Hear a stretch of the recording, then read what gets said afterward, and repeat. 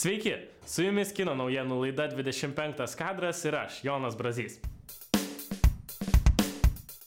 Holivudas niekaip nenurimsta ir į dienos šviesą tempia visus įmanomus superherojus, kurių, kaip žinia, sukurta tikrai į valias.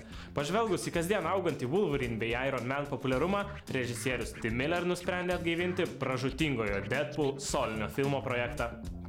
Dar kovo mėnesį Miller bei praeityje Deadpool vaidinęs aktorius Ryan Reynolds sukėlė nemenką šurmulį išplatinę 3 minučių vaizdo klipą, kurį jie patys sukūrė ir nufilmavo. Režisierius kanalui Clever Movies sakė nenurims ir nepasiduos, kol projektui nebus uždegta žalia šviesa.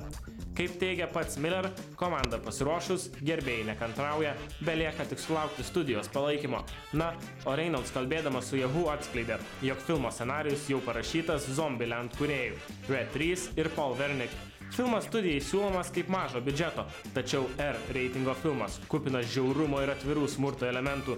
Kūrėjų nuomonė, tai ypatingai svarbu, kad filmas išsiskirtų iš begalės kasmet pasirodančių superherojų nuotykių. Tačiau žinant tokių gigantų kaip Fox baimę rizikuoti jau turimą auditoriją, neverta tikėtis, jog filmas pasirodys ekrane artimiausiu metu. Ryan Reynolds jau vieną kartą bandė tapti naujų komiksų herojumi atlikęs Green Lantern rolę. Deja, filmas buvo ne tik kritikų sutriptas, bet ir žiūrovų išpeiktas. Galbūt pasirinkus filmo suaugusiems kelią, bandymas bus sėkmingesnis.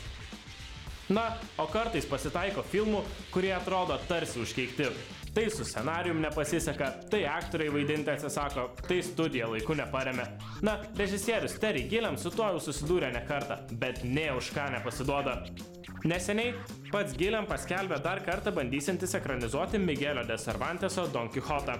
Norėdamas pagaliau atsikratyti užsilikusio darbo, režisierius jau 7 kartą atkakliai ėmėsi ieškoti naujų rėmėjų bei patikimos komandos. Darbas prie išmaniojo džentelmeno iš Lamanšos istorijos prasidėjo dar 2000 metais su John Rocafort, Don Quixoto, o Johnny Depp Sancho Panšos vaidmenyse.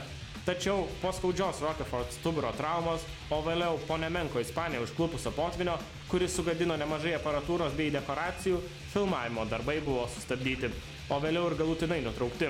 Dar keli bandymai materializuoti The Man Who Killed Don Quixote įvyko 2010 metais, pagrindinius aktorius pakeitusiems Robert Duvall ir Ewan McGregor prisidėjus prie komandos, bet dėl neatskleistų priežasčių buvo nutrauktas projekto finansavimas. Tada The Imaginary of Dr. Parnassus kūrėjo svajonę pakibo ant plauko. Dabar Gilliam ieško studijos bei rėmėjų palaikymo ir tikisi, kad 7 kartas bus laimingasis, o šis kino projektas pagaliau bus užbaigtas ir pasieks žiūrovus. Bet kada tai vyks, kol kas atskleisti negalime. Naujienos iš Nolan parapijos. Po sėkmingo žmogaus šikšnosparnio trilogijos režisierius jau kurį laiką dirba prie kosminės odisėjos Interstellar ir pamažu mes jau galime išvysti ryškėjantį filmo portretą. Nolan jau nuo pirmųjų filmų stengiasi kuo mažiau atskleisti informacijos apie savo kūrinius. Be abejonės, Interstellar neišimtis.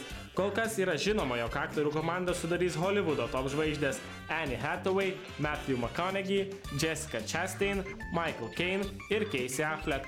Na, o po filmo Elysium premjeros buvo prabilta, jog Matt Damon bus vienas iš paskutinių įsiliejusių į kolektyvą. Vėliau buvo atskleistas numanomas filmo siužetas. Grupė mokslininkų patenka į kitą dimensiją, tačiau tai įvyksta dėl klimato kaitos, stipriai sunaikintos gamtos, kuri kelia grėsmę žmonijos išlikimui. Mokslininkų komanda keliauja per erdvę, kad rastų tinkamą vietą pradėti žemės ūkio darbus, bet nei studija, nei pats Nolan šių teorijų nepatvirtino. Tad kol kas nėra aišku, ar filmas turės ekologinę potekstę, bet jau žinoma, kad filmas bus filmuojamas režisieriaus taip mėgiamu IMAX formatu. Tai patvirtino ir vizualių efektų specialisto Paul G. Franklin Twitter paskyroje atsiradusios nuotraukos, kur būtent IMAX filmavimo kamera buvo pritaisyta prie lengvo lėktuvo nosies, taip siekiant neįprastų akiai rakursų. Ir štai jums puikus pavyzdys, kai be 3D įmantrybių galima kurti ne ką prastesnius efektus. Tikimasi, jog daugiau informacijos apie Christopher Nolan kosminį epą Interstellar sužinosime jau kalėdiniu laikotarpiu.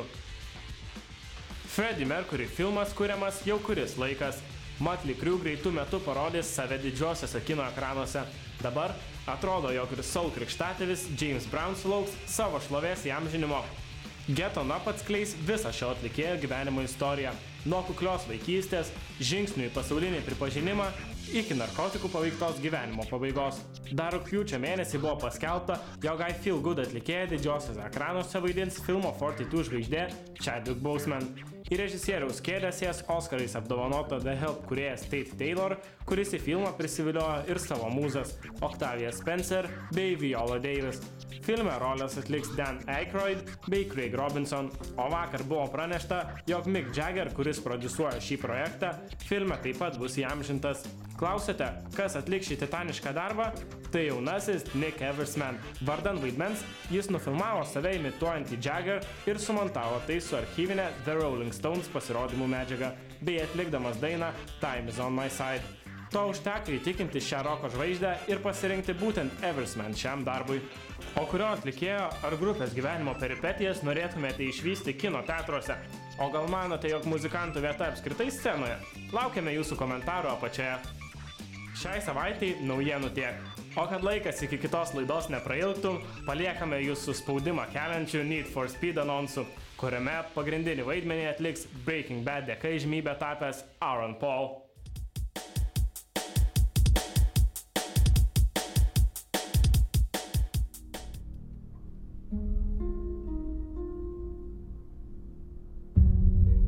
They took everything from me.